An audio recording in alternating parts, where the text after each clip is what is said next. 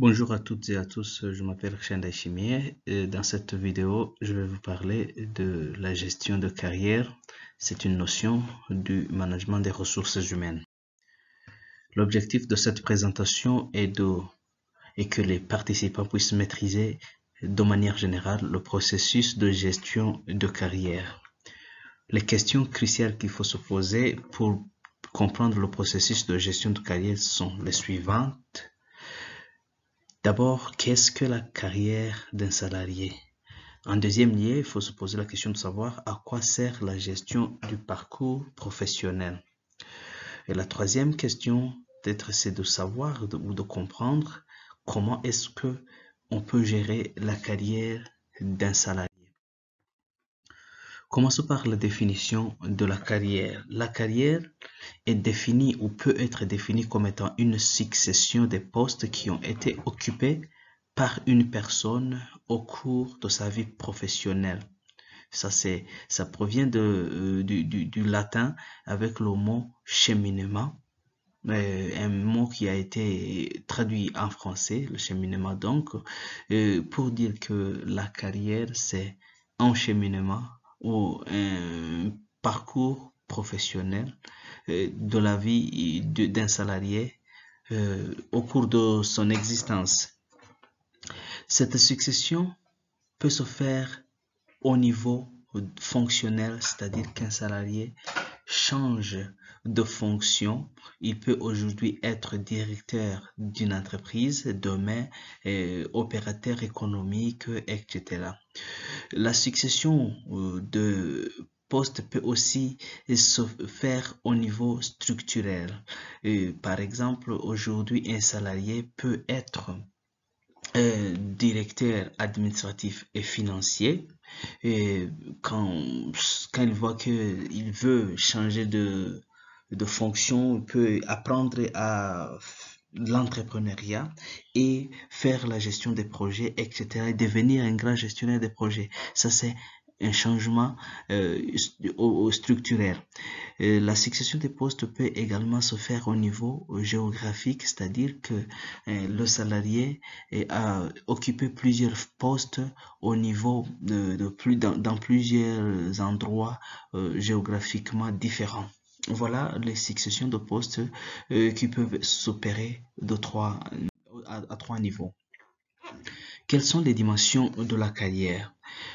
Les dimensions de la carrière sont au nombre de deux. Il y a la dimension professionnelle, cela veut dire les postes qui ont été occupés par un salarié, l'évolution fonctionnelle, on vient de le voir, l'évolution du salaire, les congés, le plan de formation pour maintenir son employabilité. Et la dimension professionnelle d'une manière générale, c'est le contenu de différents postes et ce que le salarié a obtenu en fonction des postes qu'il a occupés. Il y a alors la dimension personnelle qui correspond aux différents moments qui sont très importants pour la vie du salarié et cela peut correspondre à la date de naissance, à la date de la première embauche, à l'arrêt maladie quand le salarié ne va plus au travail à cause d'une maladie, et la retraite, etc., etc. Ça, c'est des dates importantes et donc qui montrent comment un salarié a vécu le changement de poste, donc son parcours professionnel. Ça, c'est la dimension personnelle. La gestion de carrière consiste alors en la gestion du parcours professionnel. La gestion de carrière peut donc être définie de manière un peu plus spécifique comme étant un ensemble des règles de gestion qui permettent d'organiser l'adaptation des salariés à la stratégie et aux besoins futurs de l'entreprise tout en tenant en compte de leurs compétences, donc les compétences des salariés dont l'entreprise a besoin et de leurs aspirations personnelles. Et de manière générale, c'est la gestion du parcours professionnel, la gestion du cheminement des salariés au sein de l'entreprise en tenant en considération des compétences des salariés ainsi que leurs aspirations, ce dont ils ont besoin et ce à quoi ils aspirent pour la perspective de carrière. L'objectif d'une gestion de carrière, c'est d'atteindre le meilleur équilibre possible qui peut se situer entre les besoins en quantité et en qualité, les attentes à l'égard du salarié ainsi que le potentiel et les aspirations des personnels. Il faut gérer la carrière des salariés parce que l'on veut que l'entreprise puisse atteindre ses performances. Et pour atteindre ces performances, l'entreprise doit disposer des ressources humaines qui sont bien gérées et doit disposer des services et il doit offrir des services de qualité et ces services de qualité sont mis en œuvre ou bien sont offerts par les ressources humaines et donc le bon gestionnaire de carrière cherchera à équilibrer les besoins en quantité et en qualité, que ce soit en termes de ressources humaines, ressources financières, etc. Mais aussi l'équilibre entre les différentes attentes des salariés à l'égard de son entreprise, de l'entreprise, mais aussi les différentes attentes à l'égard des salariés, mais aussi de pouvoir identifier les différences entre les potentiels des salariés ainsi que leurs aspirations. L'objectif de tout cela, c'est d'intervenir dans la prévision, la réalisation, la coordination de l'évolution des situations et ces situations peuvent impliquer l'augmentation de rémunération sans changement de fonction ni de qualification, le changement de fonction sans changement de qualification, mais aussi le changement de qualification avec changement de fonction et augmentation du salaire. Voilà l'objectif de la bonne gestion de carrière, c'est de pouvoir intervenir concernant en ce qui concerne la prévision pour la réalisation des activités et des tâches qui incombent aux gestionnaires des ressources humaines. Il y a aussi cet aspect-là de la coordination ou bien de l'évolution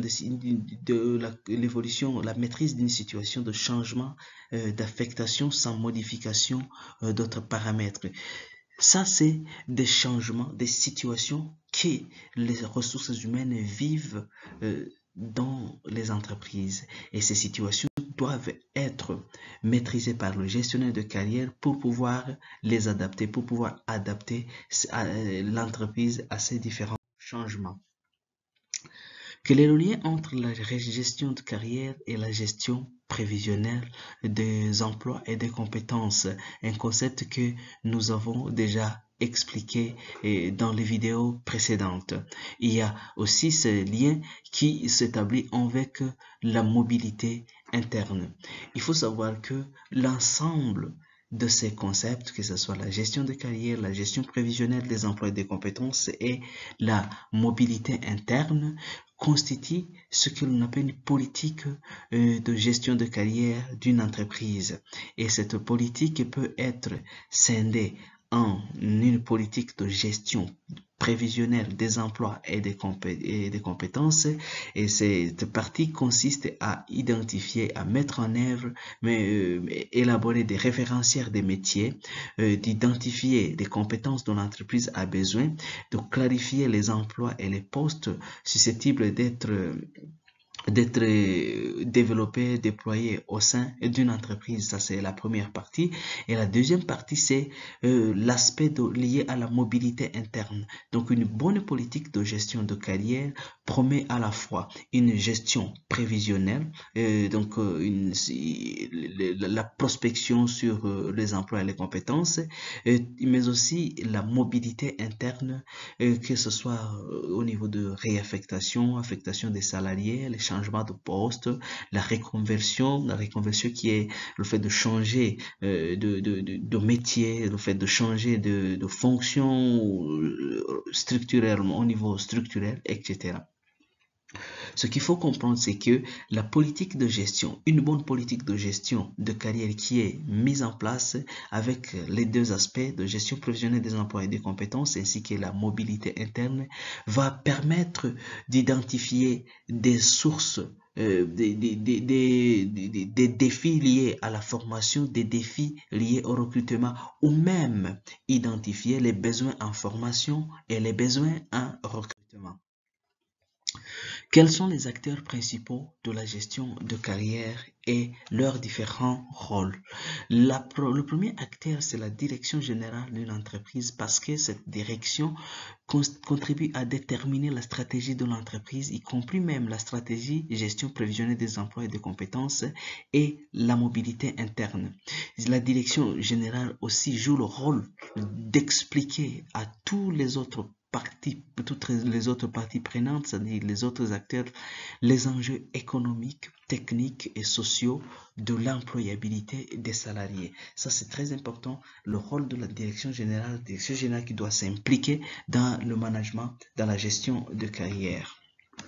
L'autre acteur qui n'est pas le moindre, c'est la direction des ressources humaines qui joue le rôle d'animateur et de catalyseur dans la gestion de carrière. C'est un rôle d'animer la fonction ressources humaines à travers les aspects de gestion de carrière, à travers les aspects de gestion des parcours professionnels des salariés. Et cette direction participe à la coordination de cette démarche de gestion de carrière, mais aussi elle propose et finalise tous les outils, l'ensemble des outils de gestion de carrière et met en place des plans d'action pour la mise en œuvre d'une bonne politique de gestion de carrière. Les autres acteurs de la gestion de carrière sont les managers de proximité qui sont les différents directeurs, les différents chefs de département et leur rôle est crucial car ils sont des acteurs de proximité des salariés. Ce sont les supérieurs hiérarchiques directs, souvent des salariés comme des chefs de poste, les chefs de division, les chefs de département, les différents directeurs, etc. Et leur rôle est très important parce qu'ils connaissent le mieux leurs collaborateurs et sont les plus à même de détecter leur potentiel ou même relever les défis qui sont liés à leur mission, à leur tâche. Les autres acteurs de la gestion de carrière sont constitués par les représentants du personnel. Là, on va évoquer les syndicalistes, les personnels, le représentant des employés et les employés qui peuvent se regrouper en syndicats ou en associations. Et ces représentants veillent à ce que la mise en œuvre de la stratégie de gestion prévisionnelle des emplois et des compétences ou même de la mobilité interne se réalise dans le respect de la loi et de l'intérêt des salariés, mais aussi sans oublier l'intérêt de l'entreprise. Les autres salariés sont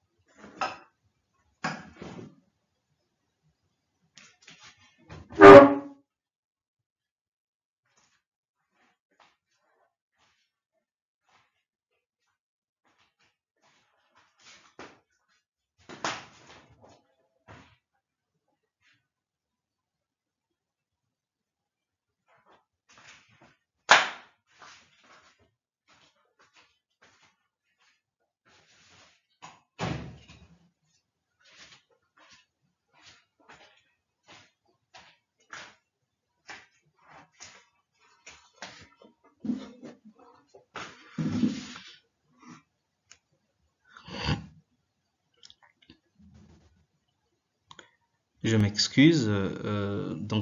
Les autres acteurs sont les salariés ou les collaborateurs qui sont des acteurs omniprésents, constituent des moteurs dans le développement et la mise en œuvre et la mesure de leurs compétences. Et ça, c'est des acteurs qui interviennent parce que la gestion de carrière les concerne de manière directe.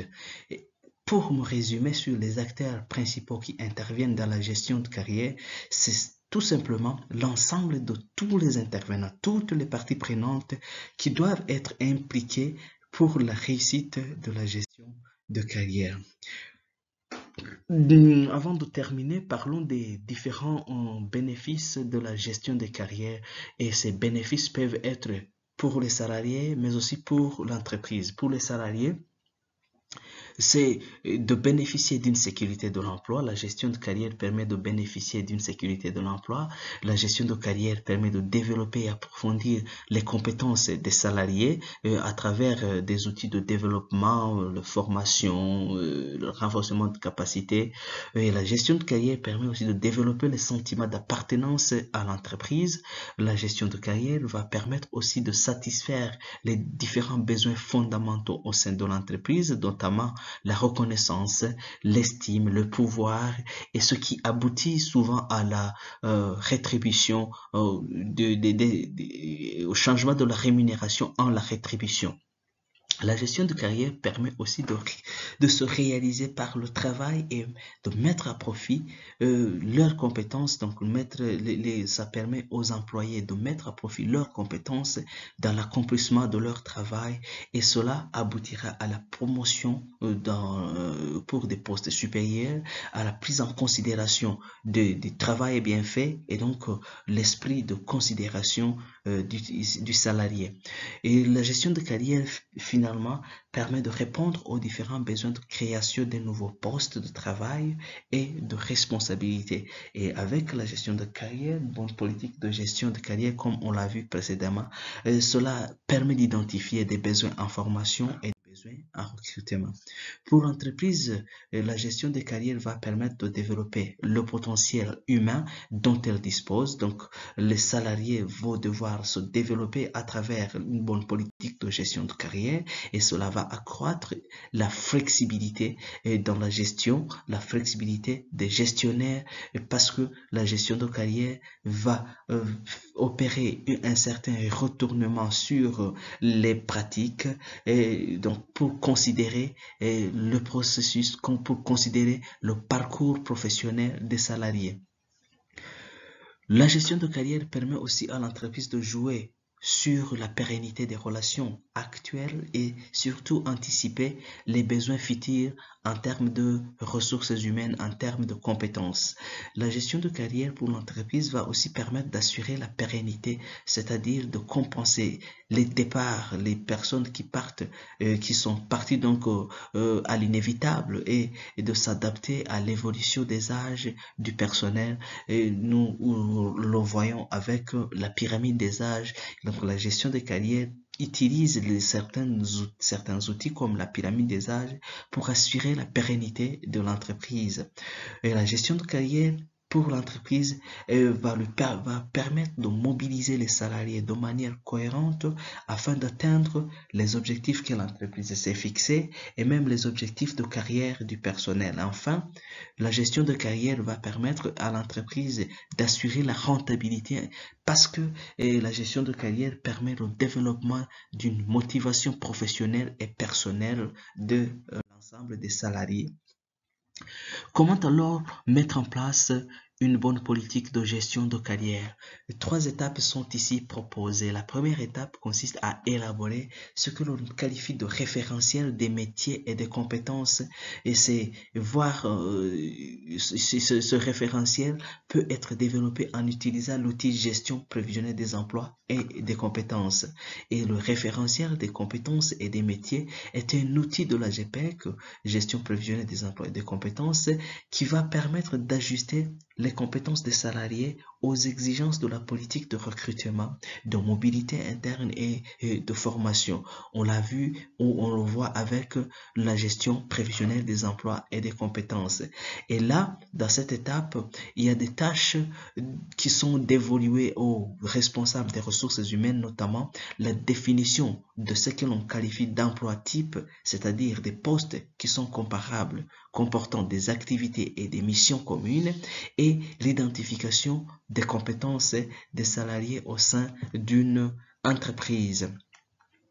Il y a aussi l'autre tâche liée à la hiérarchisation des compétences par emploi type, notamment en identifiant les savoirs, les savoir-faire, les savoir-être, la polyvalence des salariés, les compétences managériales, etc., etc. Et le responsable des ressources humaines doit pouvoir passer à la hiérarchisation de toutes ces compétences pour créer une sorte d'emploi type au sein de l'entreprise. La deuxième étape dans la procédure de la gestion de carrière, c'est l'identification des compétences. Et trois outils peuvent être utilisés pour identifier les compétences des salariés au sein de l'entreprise.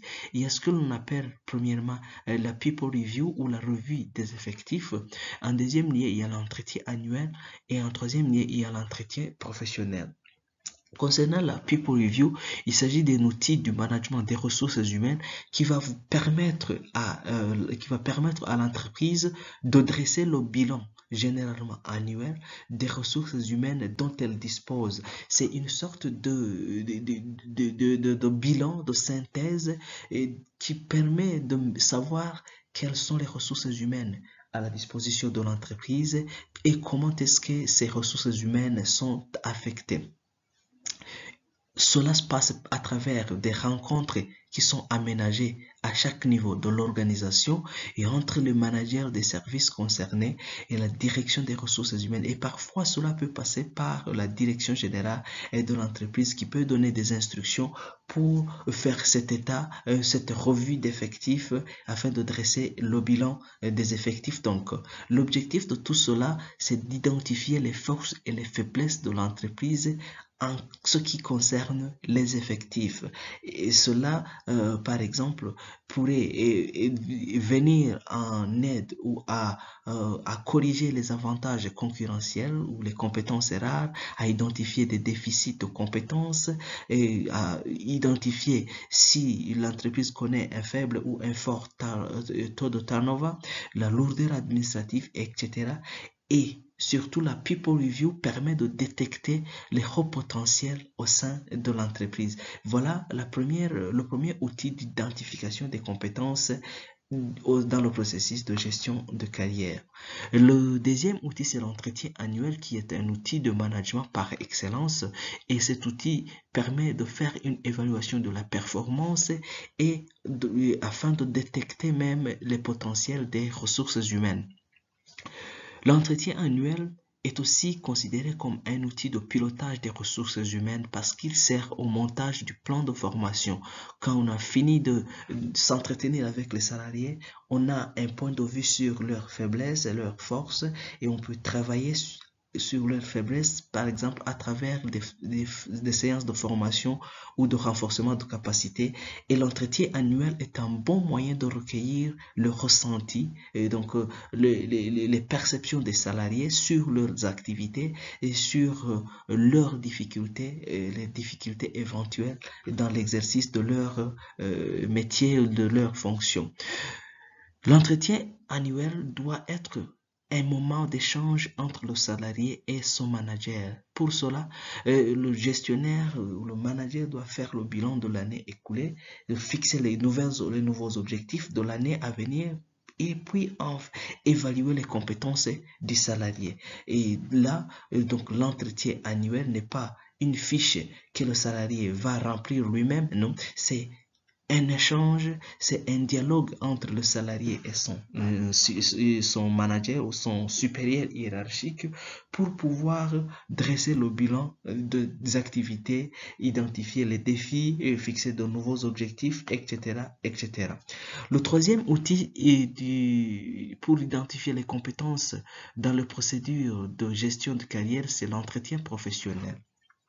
L'entretien professionnel est différent de l'entretien annuel en ce sens qu'il s'agit d'une sorte d'entretien qui est consacré uniquement aux perspectives d'évolution et aux capacités de développement des compétences du salarié. Cet entretien professionnel est réalisé par le manager de proximité, c'est-à-dire le supérieur hiérarchique direct ou parfois même le directeur des ressources humaines et puisqu'il est très proche du salarié et il peut détecter les différentes potentialités dans les capacités de développement, d'évolution des salariés. C'est très important de réaliser un entretien professionnel parce que sur une période donnée, on peut savoir les besoins en formation, par exemple, on peut savoir les défis qui s'opposent dans l'exercice d'une fonction et le conseil est que cet entretien se fasse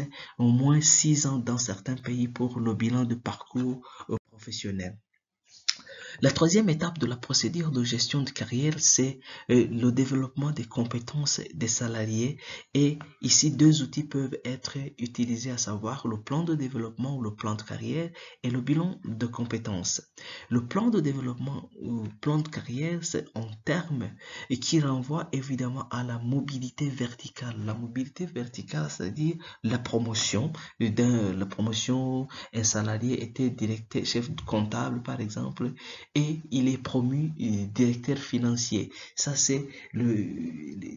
existe, c'est des plans qui sont déployés pour le développement des compétences et des salariés. Et le terme actualisé, donc, au lieu de plan de carrière, maintenant, on parle de plan de développement professionnel et cela implique la mobilité interne, que ce soit horizontale avec la mobilité fonctionnelle ou verticale ou bien ou encore la reconversion professionnelle. Ça, c'est des concepts qui sont inclus dans le plan de développement professionnel pour pouvoir contribuer au développement des compétences des salariés. Et ces plans sont connus sous le sobriquet d'une planification de la vie professionnelle du ou des salariés. Et cette planification va tenir en considération des capacités de l'entreprise et des capacités des salariés, ainsi que de la réalité économique de l'entreprise. C'est très important de tenir en considération du contexte économique pour pouvoir déployer toutes les planifications ou bien pour déployer le plan de développement des compétences des salariés. L'autre outil qui est utilisé pour le développement des compétences des salariés, c'est le bilan des compétences. Ici, il s'agit de faire le point sur les compétences professionnelles et personnelles d'un salarié, d'une salariée, ses aptitudes et ses motivations dans le but de définir un projet professionnel qui tend à développer les compétences, les capacités du salarié, le cas échéant, et un projet de formation. Si on trouve que, après, on a le bilan de compétences, que le salarié est faible d'un point de vue technique, on va projeter un plan de formation pour rehausser son niveau de compétences. Et ce bilan de compétences se réalise dans différentes phases. On a identifié 3. Il y a une phase préliminaire. Cette phase-là consiste à recueillir des informations sur des conditions de déroulement du bilan des compétences ainsi que la définition des besoins.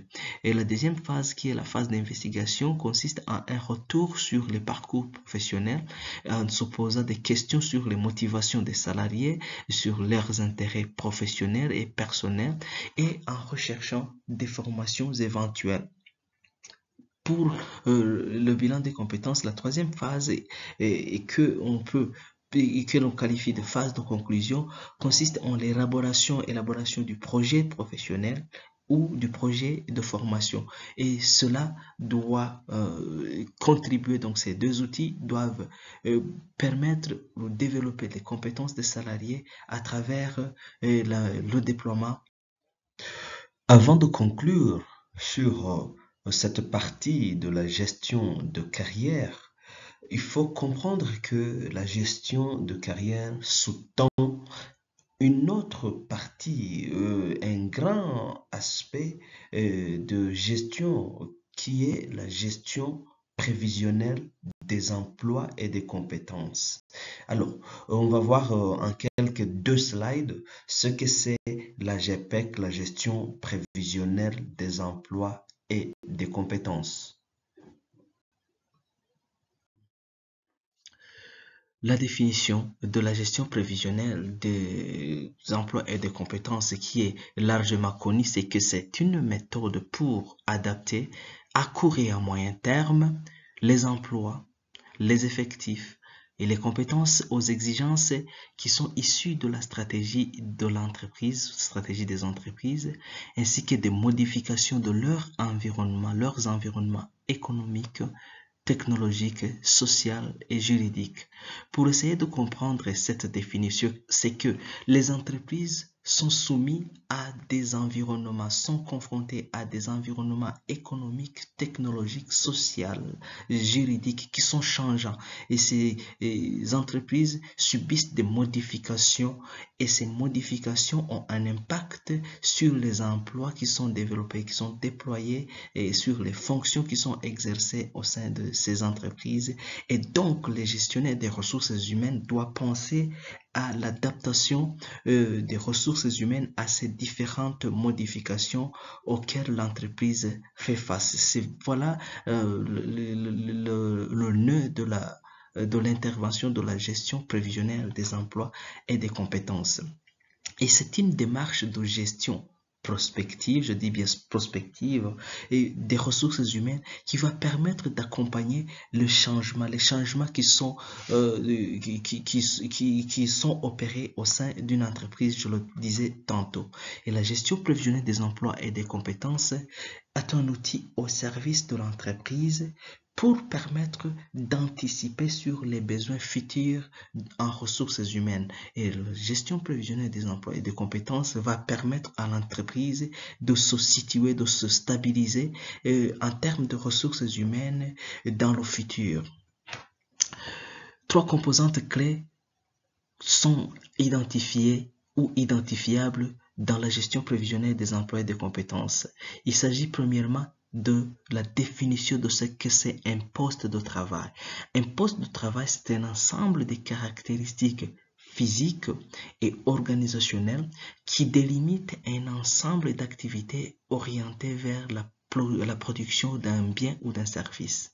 Et la notion d'un poste de travail est une notion qui était fortement liée à la division du travail et qui se définissait indépendamment de la personne qui l'occupait.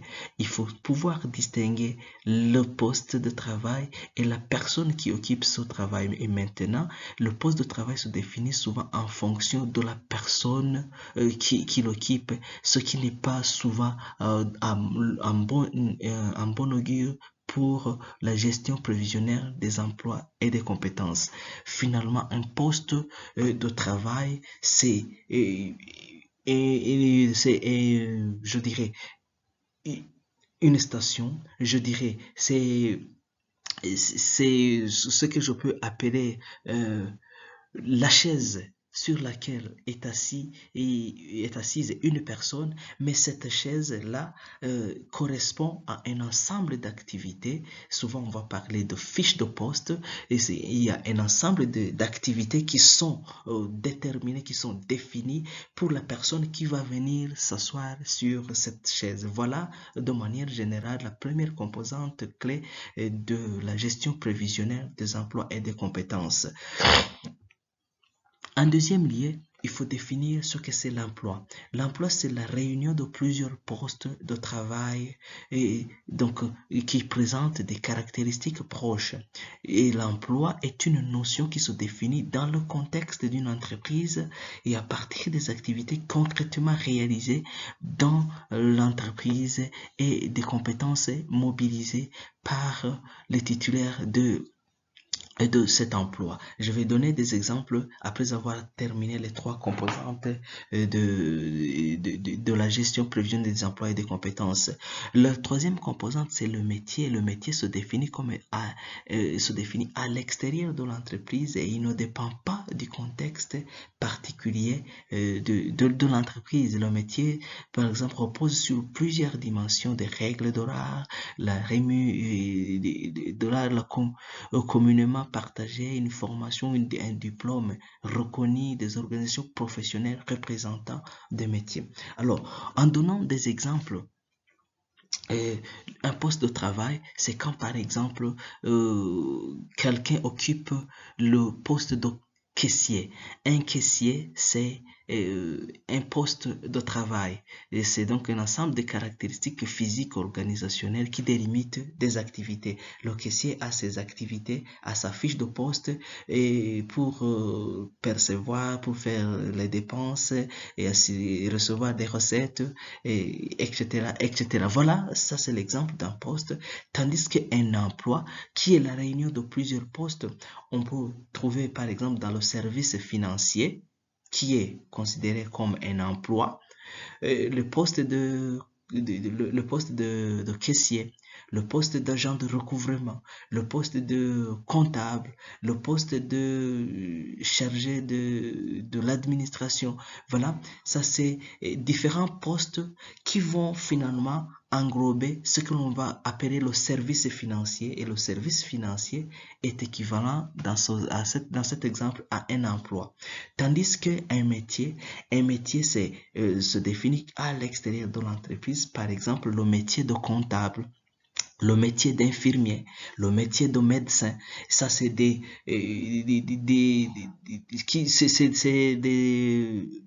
je dirais, des concepts qui se définissent à l'extérieur d'une entreprise, qui ne dépendent pas du contexte particulier de l'entreprise et qui sont régis par des règles de l'art.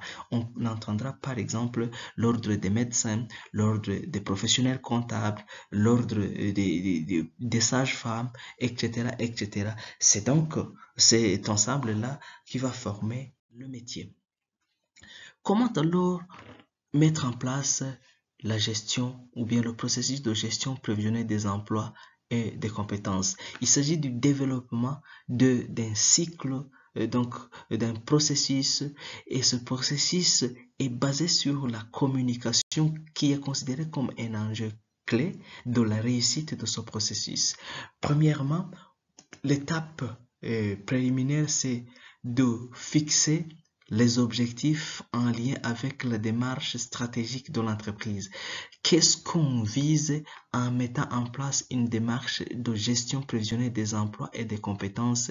C'est pour, je l'ai dit, pour anticiper sur les besoins en ressources humaines. Donc, on se fixe des objectifs et ces objectifs doivent être en harmonie avec la stratégie, avec les orientations générales de l'entreprise. La deuxième étape, c'est d'effectuer ce qu'on appelle un diagnostic des compétences en place, et donc de la cartographie des emplois, d'identifier les écarts. La deuxième étape, peut être résumé en diagnostic. Ça, c'est une analyse stratégique des compétences qui sont en place, des compétences existantes au sein de l'entreprise. Pouvoir les identifier, les cartographier et les mettre sous forme de synthèse des emplois et identifier les écarts. Ces écarts, ça veut dire quoi? Ça veut dire qu'il faut identifier l'existant et ce dont on a besoin ou on aura besoin dans un futur à court et moyen terme. C'est ça la deuxième étape du diagnostic. La troisième étape, c'est de mettre en place ou définir un plan d'action. Et ce plan d'action va permettre de réduire les écarts que l'on vient de trouver à la deuxième étape, donc les écarts entre la situation actuelle et la situation souhaitée. Et la quatrième étape, c'est le déploiement d'une démarche du GPEG. Il s'agit de déployer la démarche à travers des actions conjointes de développement des ressources humaines. Où est-ce qu'on va trouver ces actions conjointes? Ces actions doivent être trouvées dans le plan, doivent être prévues dans le plan d'action.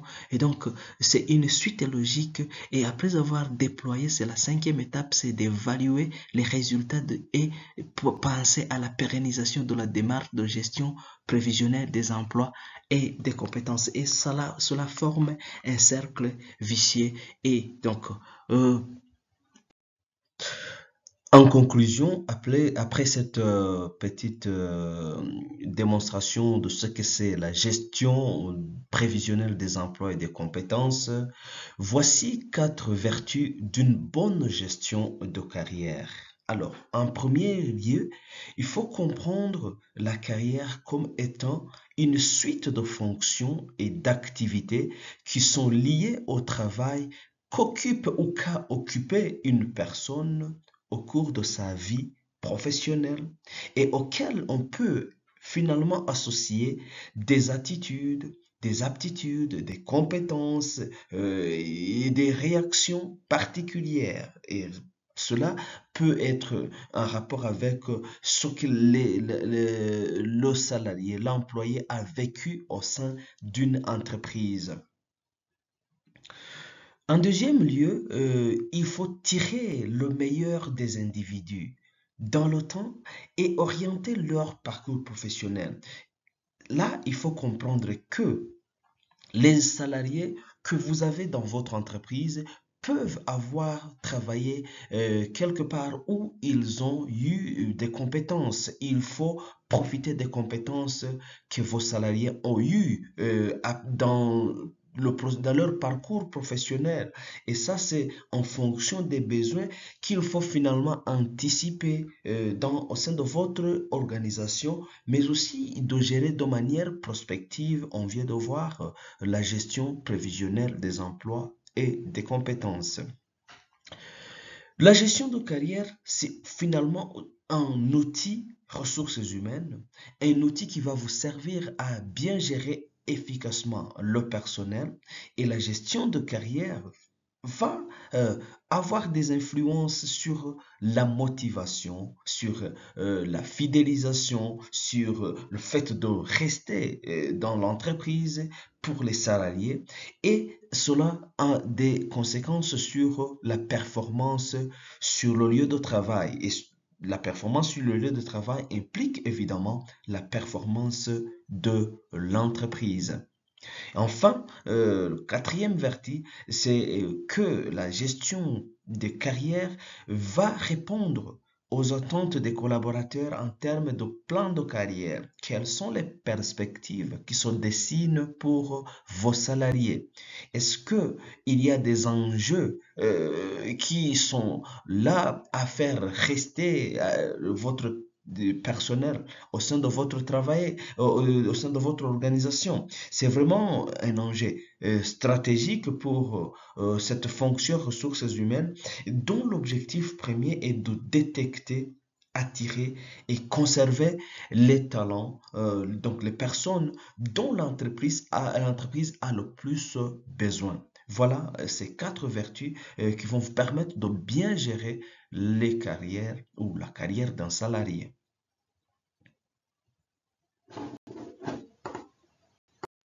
Après avoir parcouru la gestion administrative du personnel, notamment dans ces aspects de la paye et